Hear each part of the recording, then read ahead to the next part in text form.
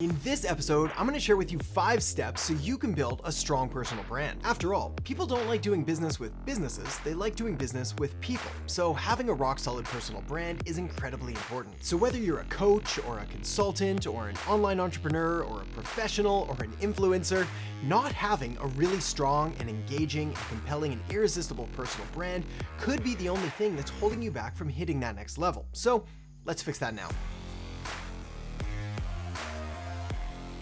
Hey there, my name is Adam Earhart, marketing strategist, and welcome to The Marketing Show, the #1 show to help you build your business online. So, if you're looking to generate more leads, customers, and sales and make marketing that matters, you may want to consider subscribing and hitting that notification bell. All right, so before we dive into how to build your strong personal brand, we first really have to cover what exactly is a brand anyway.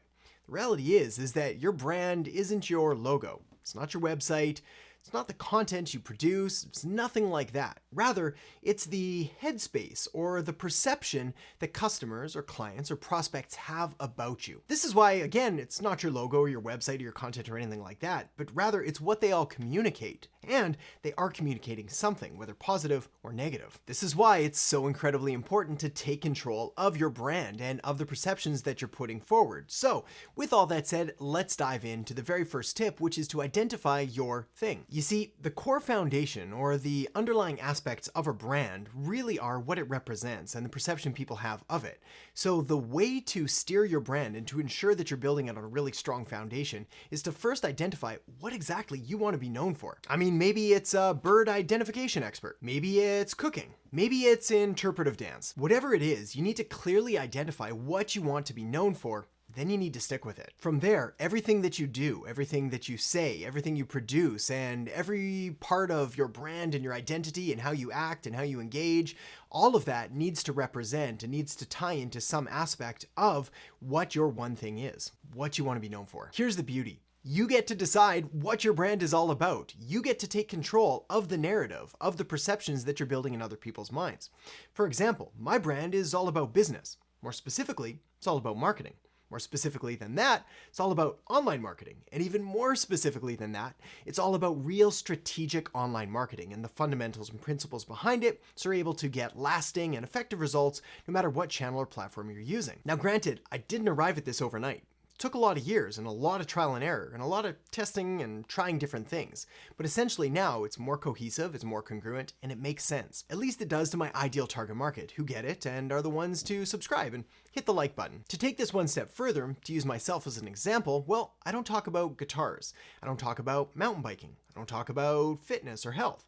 I don't talk about family or travel or any of the other areas of my life that are incredibly important, but they don't form the core part of my brand, so I'll only mention them if I can directly relate them back to some aspect of business or marketing. This helps me avoid brand dilution and brand confusion, and it helps people understand what I'm about and how I can help them. The exception here is something like Instagram stories or something really short-lived that you can just give a quick injection of personality, but any core piece of marketing material really needs to stay on point. You see, the reality is that people, your customers, your prospects, your leads, essentially everybody, well, they're forming opinions, they're forming judgments of you, so you might as well accept that and take control of the narrative so you can guide them in the most accurate and pleasing way possible. All right, let's move on to the next point, which is all about finding alignment and consistency. Now, I kind of touched on this just a second before, but the reality is that once you have your thing, well, it's really important to ensure that it's consistent and aligned across all of your channels, meaning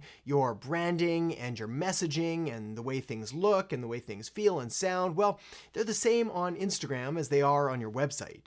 They're the same on your website as they are on your YouTube channel. Same on your YouTube channel as they are on your Facebook and on your LinkedIn.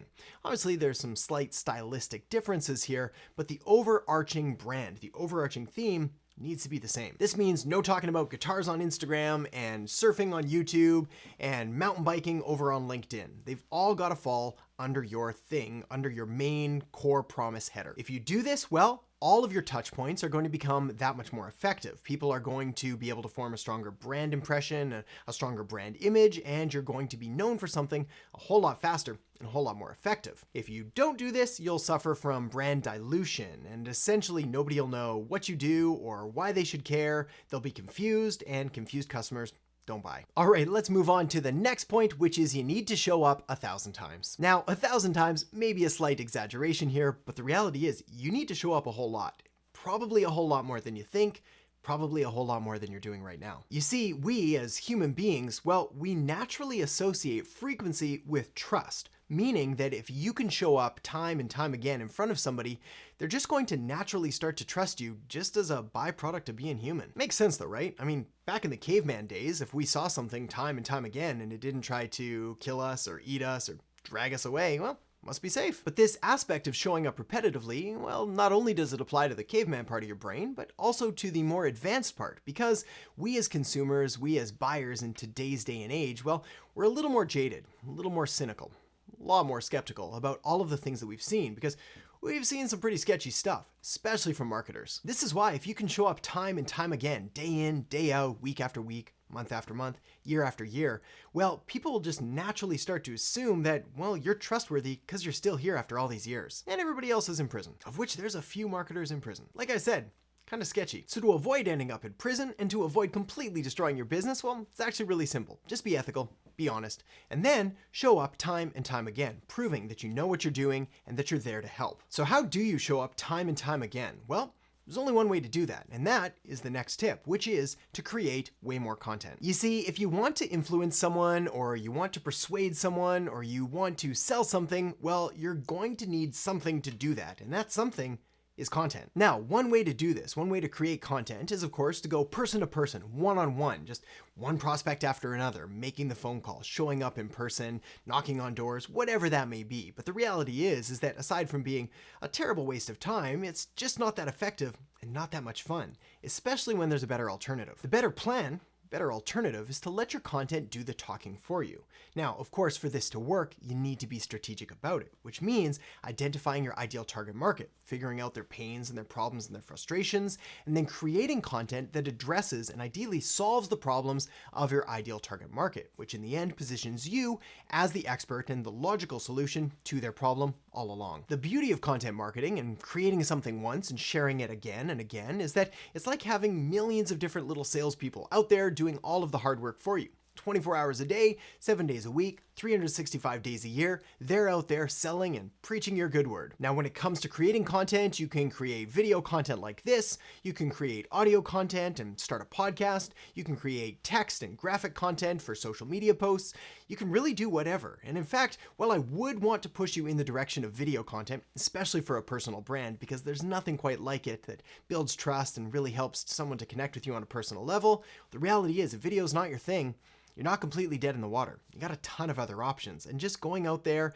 and creating content and writing and sharing and talking, all of that's going to help. Still though, as your friend, as your mentor, I want to push you in the right direction, which is why my next tip is to really double down on video and accept that video is best. I'll make sure to link up the source for the statistics I'm about to quote in the descriptions below, but even if they're off by a few points, they're still really compelling. First of all, 85% of all internet users in the US watch video on their devices. 54% of consumers want to see more videos from brands and businesses they support. 87% of marketers use video as a marketing tool, of which the vast majority, I think 88%, are satisfied with the return on investment they're getting back from it. Video can help you generate 66% more leads per year, qualified leads I might add, and the average website visitor spends 88% more time on a website with video. And of course, more time spent on site means more opportunities to convert, and it also means higher search engine rankings because it's showing the search engine that your website is actually that much more valuable. I could go on, but the main point here is that if your goal is to build a really strong personal brand, there's simply no better tool than video, because it allows people to see you, to kind of try to read your body language, to connect with you on a level that audio and text just can't do. All right, the next tip to build your strong personal brand is to really master marketing fundamentals, which is why the next thing you're going to want to do is check out the video I have linked up right here on Introduction to Marketing. So make sure to check that out now, and I'll see you in the next episode.